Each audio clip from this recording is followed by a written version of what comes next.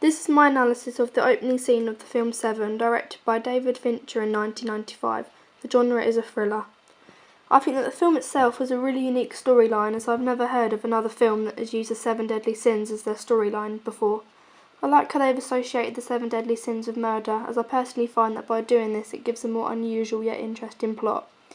The storyline of the film is very unique yet gripping, as it associates murder with the 7 deadly sins, which I find is a very clever idea. I think that the religious elements linked with murder make the storyline more intense and creepy.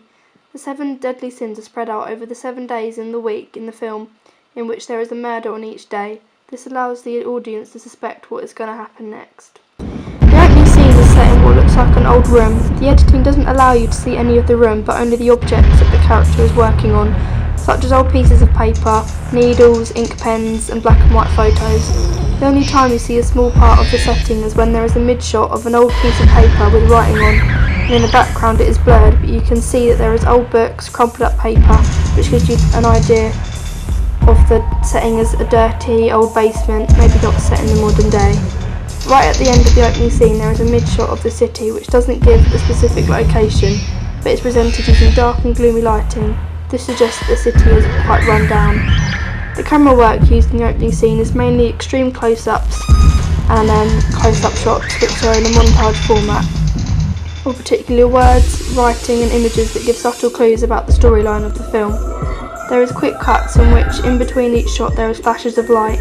There is also a range of fading and fade to black, which are linked together. The fading and darkness of these edits create a more eerie feel and reflect the sincerity of the overall film. There are overlays and cross-evolves of photographs and handwriting that are very effective. The camera doesn't show the identity of the character, but only his hands, which are represented using close-ups in order to focus on what the character is doing. As the audience are not able to see the character deliberately, this creates suspense as the character seems mysterious. There is non-diegetic music playing during the opening scene, as well as contrapuntal sounds. The contrapuntal sounds are almost like scratching and creaking, which builds up suspense and fit with the setting of the scene, as it is dark and eerie. The non-diegetic music starts off quiet and the pace is slow, yet gradually increases in pace throughout the rest of the opening scene.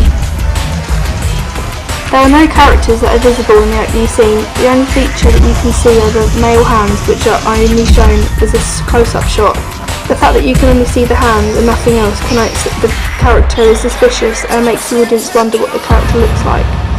The camera work has really influenced my own ideas, as I really like the use of the overlays and fading, as I find that they really build up apprehension throughout the scene. This is something that I'd like to incorporate into our own film, as I feel that it would really fit with the genre.